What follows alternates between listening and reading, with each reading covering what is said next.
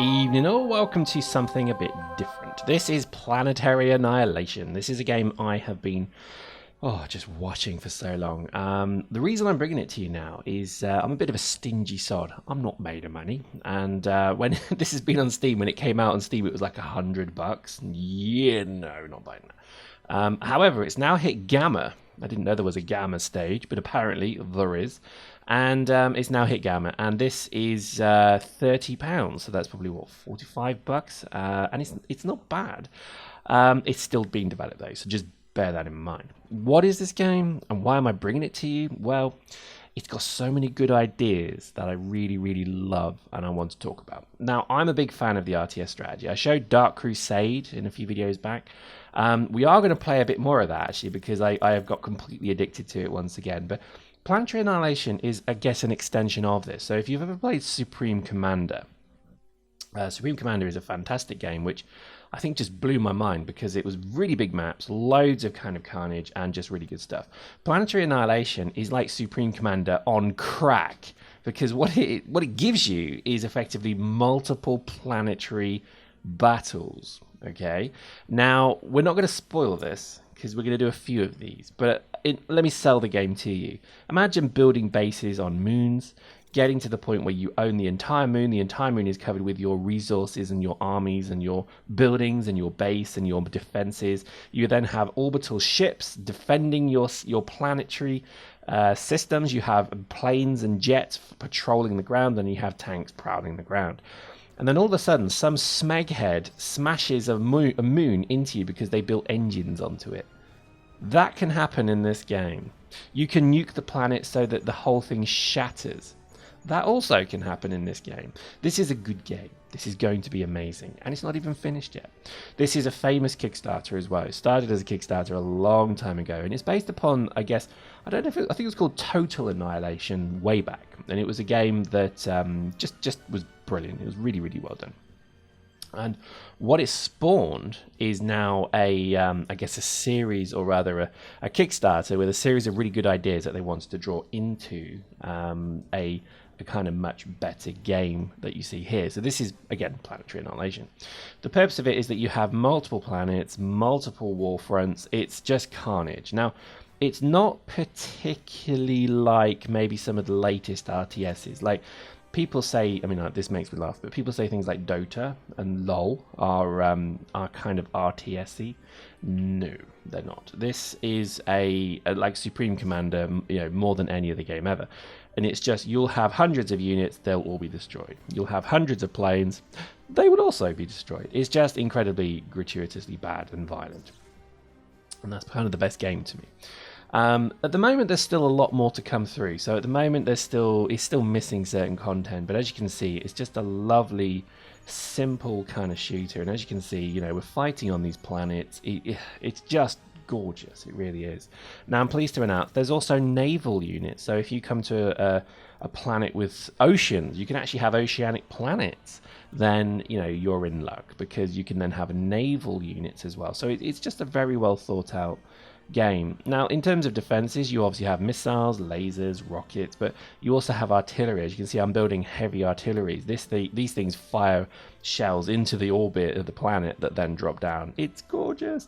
You can have ion cannons that shoot down any goddamn spaceship that tries to get above you and bombard you from orbit. Yes, you can do that as well. Seriously, this is like one hell of a game. And it is still, I guess it's still technically, quote, beta, but they call it Gamma. Why am I showing you this game? Well, as we start to look at sort of new things like Legion coming, I know people hate me talking about Legion, and some of you like it if I talk about Legion. So let me just do a little snippet.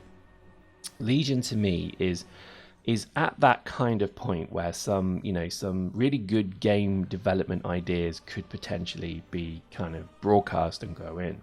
I'm not saying by me, but I'm just saying, the good ideas of the community are going to be listened to. That was very true of Dust as well. I mean, Dust, I know a lot of people want to kind of rib Dust.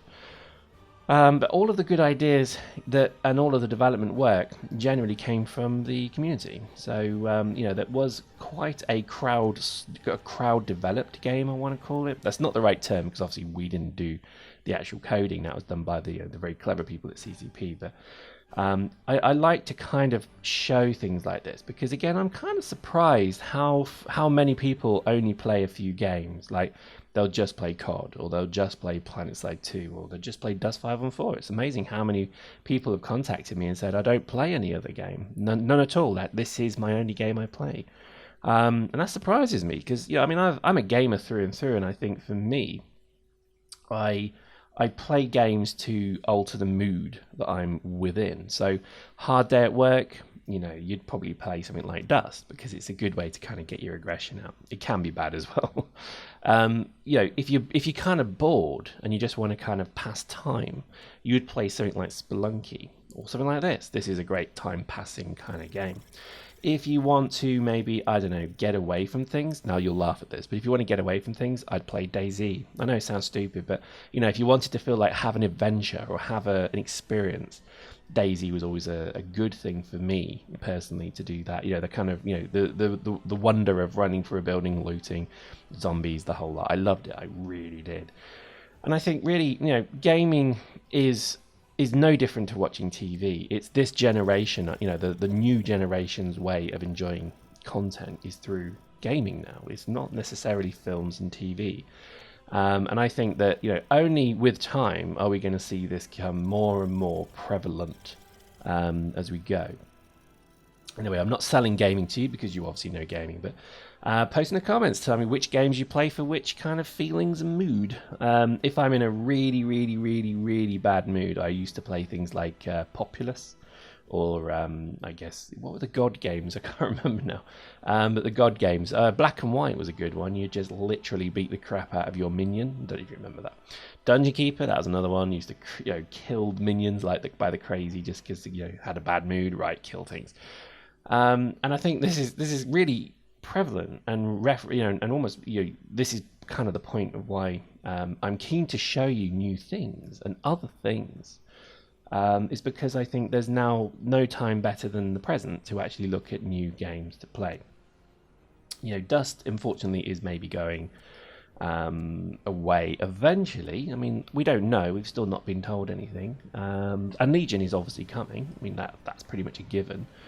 It may not, but I think it will. And I think this is now the time to start talking about what we like about certain games. I don't know. That's kind of my plan. Certainly when Legion was announced, my immediate thought was, oh great, it's going to have all the things that I want Dust to do. And this is why, with playing so many other games like I do, I mean, my Steam library is getting stupid now.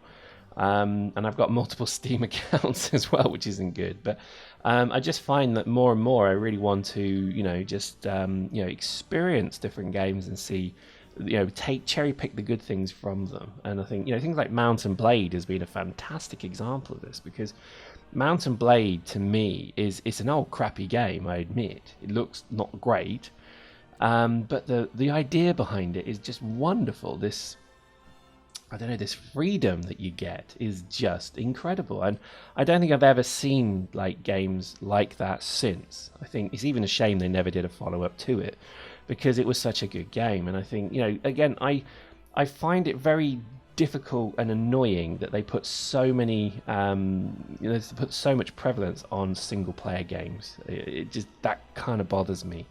And let me explain why, because a good example here is War of the Roses. Nano and I played War of the Roses. Fantastic game, but it's multiplayer only. And sometimes you don't want to play that kind of game. I do find that, the multiplayer piece is an interesting one. And I think sometimes you have to accept that sometimes people don't want to play games all the time with other players. I know that sounds antisocial, but it's kind of true. I think Eve is a great example of this, because yes, it's a multiplayer game designed to be played as a group, but you could just go and rat on your own, and you could just chill, put some music on, watch a video on your iPad or whatever, and you could then just enjoy ratting or whatever, a complex or a mission on your own. And I hope and pray Legion has this, because there has to be the ability to get away from players, because players are what stop other players playing games. I know that sounds stupid, but if you get stomped in COD over and over and over, you leave, because wow, that's not fun. So look at that. We have orbital ships above our base are being shot down by the ion cannon. Booyah. I don't think we see the wreckage, but you will eventually. But there we go. That's Planetary Annihilation. I haven't really talked too much about it. Well, we are going to play quite a bit of this because I just love it, and I'm really curious to see where it goes. There are a few performance issues, as you can see on it. It's not perfect yet, but if you fancy, I mean, look at that. You could have a multiple planeted map where you just, you're constantly rolling around the universe. You're rotating around the sun. There's a day-night light cycle. There's different types of planets. There's just eternal war. And it's very easy and quick to get into. So you can just set your units. You could say, right, build 1,000 of these, or keep building these and patrol this. And then you don't have to kind of put too much thought into it. And I'll give you a tip. The best thing to do is to build a massive land army with anti-aircraft guns. And they seem to be the powerful units at the moment. And there we go. I hope you enjoyed that. I think this is a game to watch. I think to buy it now, it's up to you. If you don't mind spending 30, 40 pounds stroke dollars, that's your call. But I think you'll have a game that will entertain you for that value of money. But maybe just watch and see until the final release is out. So there we go. Hope you enjoyed that. We'll see you next time.